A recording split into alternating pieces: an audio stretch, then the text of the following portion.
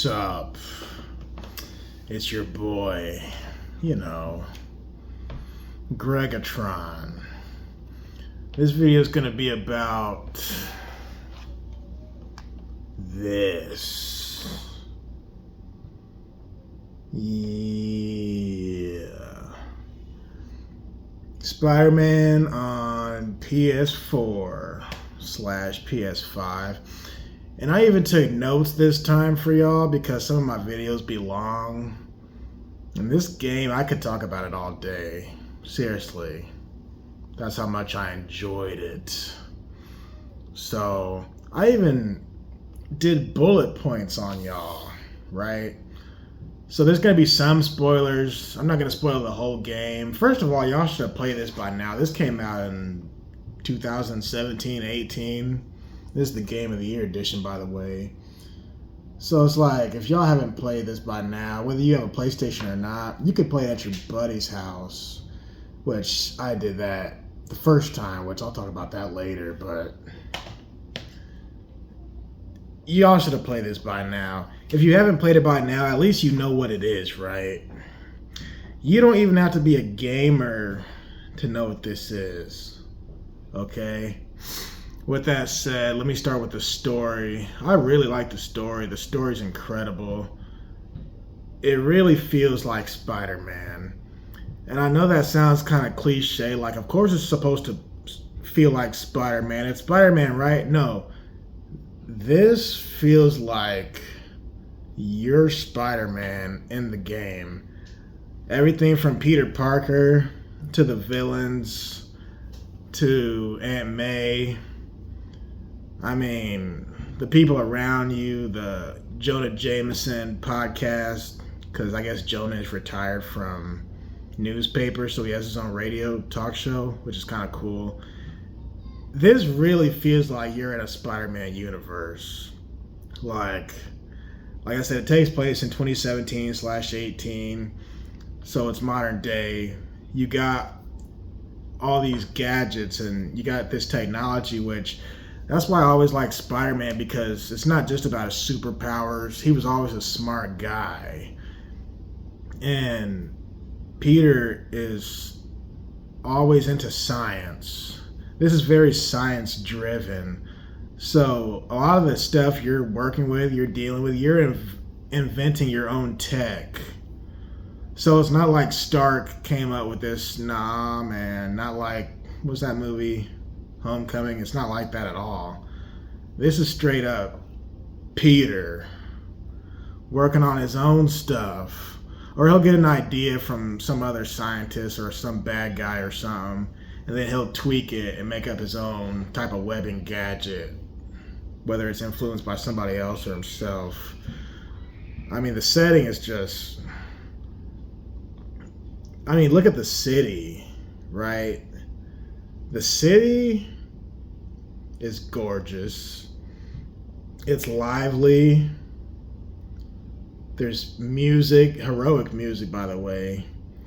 People interact with you in the game. Like, some citizens on the street, they think you're a menace because they listen to Jonah and whatnot. And others are like, I don't care what Jonah says about you. You're the man. Kind of almost takes me back to Spider-Man 2 on Xbox and PS2 a little bit. But it's very lively, very vibrant. Like, you are there, man. You are in the Spider-Man universe, and it's great, okay? The music is nice. They got that heroic music playing when you're swinging and whatnot. And speaking of music, let me talk about the gameplay real quick. When you're swinging, at the time, this was the best swinging ever. Like, there's people to this day, who say the swinging is the best thing about the whole game. And I don't disagree with that at all. Like, I'm like 50-50 on it. Like, is the swinging the best thing? Probably. If it's not the swinging itself, it's the story. Because I'm real big on story, but I already talked about story, so let me talk about the gameplay real quick. Man, the combat is almost like a a mirror of the Arkham games. Remember Arkham Asylum and Arkham City? So these new Spider-Man games could not have happened had those Arkham games never happened. And if you disagree with that, you don't know what I was about to curse. You don't know what you're talking about.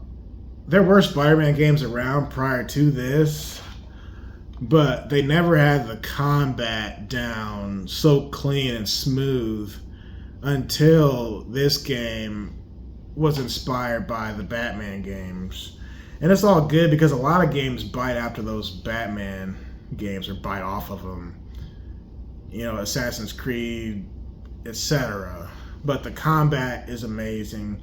You can get combos up to 100 or more. Man, I could talk about the combat all day. You can use the gadgets in between your combo to up your combo. I mean, you got perfect dodge. You got just all kind. You can really do anything in combat. And as far as the swinging goes, the swinging is just so fun. When you dive, when you run up walls, when you run on the side of walls, buildings, what do you call that? The point launch jump, when you reach the point of something or the top, and then you shoot off the building, then you dive again, and it's just so much fun, man. Like, I couldn't imagine playing this game as like a 13-year-old. Like, I go crazy, right? Let's talk about character development real quick. And like I said, I'm not going to give away a whole lot, but the characters are really good. Like, the villains, real quick, let me talk about Otto Octavius real quick. Like, this is before he's Doc Ock. And then you got Norman Osborn. This is before he's the Green Goblin. So a lot of the game is about those two people and their relationship from when they were in college to now. So Otto Octavius is kind of like Peter Parker's mentor in this game, because Peter kind of has like yes, it's his job. It feels like he's like an intern almost, because he's a young man. You know, you're like 23, 24 in this game. But your relationship with Otto is just perfect, because in different comics and different shows, Peter always looked up to Otto. Like the cartoon I used to watch, Otto was the guy in science camp, and Peter was just a kid, right? Whereas in this, you're working alongside with him, and you almost see him as like a father figure. And it's just so good, man. Like, Otto Octavius probably is the most humble dude. Like, the nicest guy in the game. Like, whenever I'm around him, it just feels so humble. Like, the wisdom he puts off on Peter, the way he wants to change the world, his enthusiasm for science and learning. Like, that's the type of stuff I'm talking about. Like, he genuinely felt like a good dude. And then Norman Osborn is kind of the opposite, the other side of the coin. He wants to make the city a better place too, but it's in a different way. In this story, he's the mayor, or he's running for mayor. He's running for a second term or something. But, oh man, I could make a video about Norman and Otto all by itself, because they really are two sides of the same coin. So, of course, Norman is perceived as the bad guy. But again, Norman thinks he's doing the right thing. He's trying to make New York safe. And then you got the Kingpin. Man, don't even get me started on the Kingpin. Like, the Kingpin is dope. You got a new character who, I don't even know if I want to say his name. You know what? I'm going to say it because it's been long enough. Mr. Negative. He has a crazy story. You got different villains going on. But the way these villains intertwine with one another, it just makes so much sense, because the beauty of this game is he's been Peter, of course. Peter has been Spider-Man for 8 years. So a lot's already happened prior to this, and they get references off and on that he's been in the game for a while. He's got some skin in the game, but so a lot of stuff is already established in this universe, right? So you got characters like Scorpion, you got Rhino, you got Shocker, you got a good chunk of the Rogues Gallery in this one game. And this game takes time too. Like a lot of games today, they don't take time like they used to. Like they don't put stuff into the game like they used to. This game was so packed that they actually came out with DLC after the fact. And it's like 3 different missions. You got You got Black Cat stuff going on. You got Hammerhead going on. You got Silver Sable. She's a character who I didn't even know. But she's kind of like how Black Widow was in Web of Shadows. You guys remember Web of Shadows? But, I mean, the DLC is great. I mean, you got that gangster aspect with Hammerhead. And you got Tombstone up in this. Like, I love that stuff, man. I love that stuff. The graphics are nice, which I don't play games for graphics, but you can't go wrong with these graphics. Now, let me talk about replay value real quick. This game has so much replay value. I beat it at my buddy's house years ago. I would go over his house just to play this game. I beat it back then 200%, meaning everything plus the DLC. Fast forward, I got my own PS5. I beat it on the amazing difficulty, which is like normal. And then I beat it again on the next level, which is, I think it's called Incredible. And I'm going to play it one more time on Ultimate. Ultimate is the hardest difficulty. But the replay value is something else. Like, it's like the more you play it, the more you want to play it. You know what I'm saying? Now, with all that said, you would probably think, Greg, you're going to give this a 10 out of 10, right? This game sounds perfect. And I didn't give everything away. But nah, check it out. The only thing wrong with this game is the Mary Jane Watson stuff. Okay? So, Mary Jane in this game thinks she's like a superhero herself. She thinks she's a detective. She thinks she's Lois Lane. She thinks she can do everything he can do. And she wants to be his partner and all this stuff. And as I'm playing, I'm just like, whoa. Slow down, MJ. Calm down, MJ. Last I checked, this game is called Spider-Man, not Spider-Man and Mary Jane. But it's like every time there's a Mary Jane mission, the game goes from this to this. It just slows down drastically. Like, it drags me down. It pulls me down. And the stuff that she's doing makes me not even want to do it.